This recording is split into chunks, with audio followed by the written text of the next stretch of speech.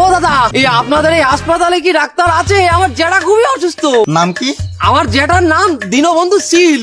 দীনবন্ধু শীল, 63 number serial. 63 number মানে বুঝলাম না, একটু বুঝিয়ে বলুন দাদা তাড়াতাড়ি। 63 জনের পরে আপনার জ্যাঠাকে দেখা হবে। জেঠার মাথা থেকে যেভাবে রক্ত পড়ছে দাদা, তাতে তো রক্ত সব বেরিয়ে যাবে। কিছুই করার নাই, সামান্য রক্তের জন্য তার নিয়ম ভাঙতে পারি না। এই সমস্ত আপনি কি বলছেন দাদা? আপনার কি মাথা ঠিক আছে?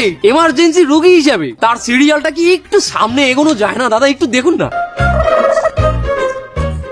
200 টাকা দিলে 10 নাম্বারে নিতে পারেন। 200 টাকা, তাও আবার 10 নাম্বার পর্যন্ত এনে নেবেন?